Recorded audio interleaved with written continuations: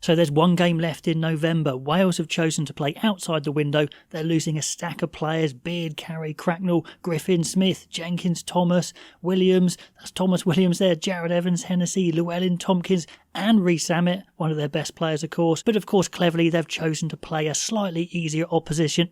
Oh no they haven't. They've chosen to play South Africa, who I'm sure will ring the changes, but any team from that squad is so scary. I really do fear for Wales here, but at least it's clearly a shot to nothing. Last week against New Zealand was a shot to nothing, and they did okay. They scored some good tries, a bit of hope there. Can they keep that positivity going forward though? I just don't know. So let's look at this squad, a small squad. There's 4 players coming in here. It's only 30. Who could go against South Africa and save some face?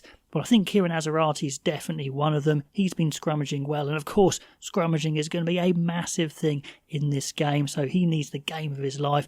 Of course, it's going to be Captain Dewey Lake there at hooker, and the loose head pretty much is going to be Gareth Thomas as the only other experienced player there. So it's a decent front row, but against South Africa, we saw what they did to Ireland, and they need plenty of shunt behind them, but they've lost both of their second rows. Obviously, Jenkins is out, Beard is out because it's outside the window. They've got Carter, they've got Rhys Davis. Rhys Davis is a big guy, so maybe he starts. They've brought in Ratty, he's a big dude, maybe he starts. So maybe they go Rhys Davis and Ratty and get some size in there and just give it a crack. They can play quite a similar back row, and they should probably try and stick as much as they can with Alex Mann at 6, who's been playing very well. Harry Deeves at 7, who's tiny, but he gives his all, and I think you keep that continuity, and hopefully if Wainwright is fit, then Wainwright would be at 8. So I think that's the best shot. If Wainwright isn't fit, then Morgan Morse will get his start, which is super exciting, but also very daunting against South Africa. So a big problem that they've got a complete change in the second row for sure. Backs wise, I did say that Jacob Beetham should be given a shot at full back, but I think that's a bit late now. I don't think you make that change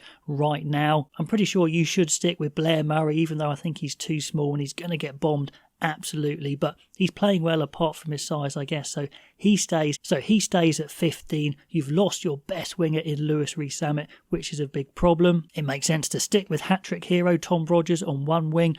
Who comes in? Well, they can't move Llewellyn because he's out. They could put Dyer in, who's the most experienced, and that seems to make sense. Mee's come into the squad, but I think you go with Dyer on the other wing. It's a very small back three, and I think South Africa are going to absolutely bomb them. Thomas Williams is of course not available, so Hardy will step up, and sticking with Dan Edwards, that makes sense. Some more caps for Dan Edwards, another massive game for him. In the centres, Joe Hawkins can carry on at 12, or you go back to Ben Thomas.